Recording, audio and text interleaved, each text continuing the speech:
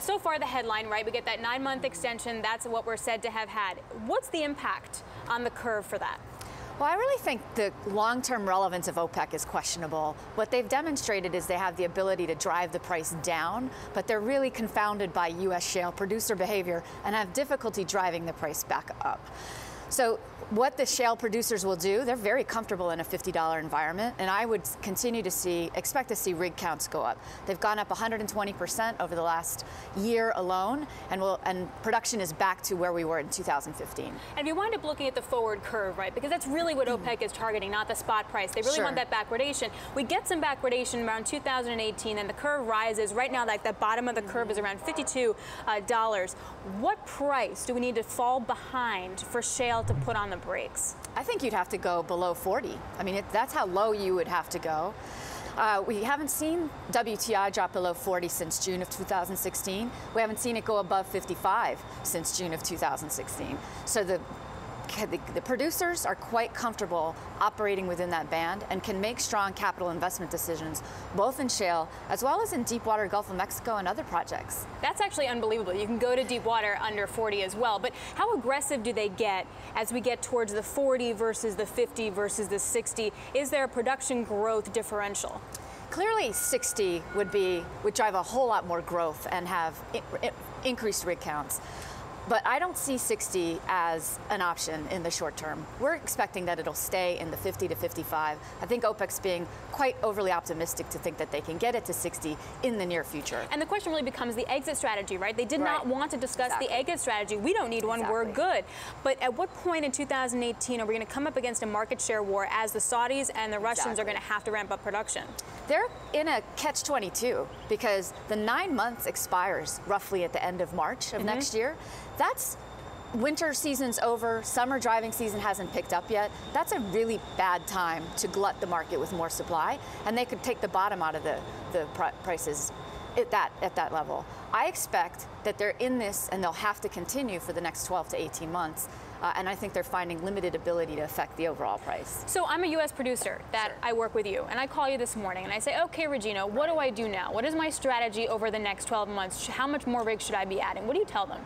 There's a big difference between what Wall Street views for the oil price and what a producer views for the oil price. Their strategies are set for the next 3 to 5 years in terms of capital investment. There's limited room for movement. The shale plays are so popular because that gives more optionality to the oil companies, but a lot of their investment decisions for LNG, for deep water, those get fixed for a decade. Shale has some optionality, but it tends to be more at the margin, and we're expecting to see 10 million barrels per day produced by the end of this decade. Wow, and that would be an equivalent almost to what Saudis are producing as well. So, well, it's 10% roughly of the global market. So at the margin, it has a big impact. Overall, it doesn't. That's why OPEC continues to. So what restrains shale? What's it going to be? What closes the private equity and the high yield market? I see very little restraint coming. I mean, the market's very frothy. There are 5 times more assets for sale in North America than any part of the world. And the new Permania is Powder River, Scoop Stack, Oklahoma. Appalachia's coming back, Eagle Ford. So there's so many basins to play for and so much opportunity and so much money coming into the market. I see limited restraint. The other issue that some point out is like, look, you're going to have a lot of cost inflation here with shale producers. That's going to restrain their ability to pump because at some point services costs are going to rise. Correct. Is that a realistic scenario over the next 18 months? We're seeing upward pressure on supplier prices. That will definitely be a governor on what margins people are able to achieve. Right now, people are targeting break-evens at 50 and sub 40, but they haven't achieved it yet, and it's still an asset class that's really difficult to make money. And we see upward pressure on supplier prices. That'll continue to constrain that margin. But what about the relationship between the two, right? Because if suppliers wind up charging them too much, they're going to lose business. So it has to be some kind of a symbiotic relationship, not a 75% price increase. Yeah, absolutely. And that tension exists today with the suppliers and the producers. Those that are successful will create innovative and more creative contracts that drive transparency and create win-win situations so that they collectively share the upside and the downside together. So what is the biggest risk for shale? Is there one?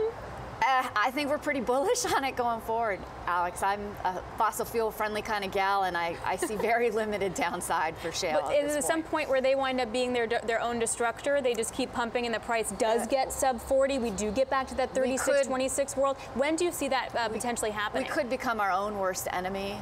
I don't anticipate when that would happen. I do think there's governors on the market and people would pull back capital, but right now there's a ton of optimism and a lot of bullishness. So if you were advising OPEC, because you travel around the world to many different countries, if you were sitting down with the Saudi oil minister, what would you be telling him about shale today that they don't understand? It's a very economic decision, and they're not looking, they're very comfortable in this 40 to 55 range. So I would tell OPEC they really need to radically rethink their strategy if they think they're going to have a major impact on U.S. shale producer behavior.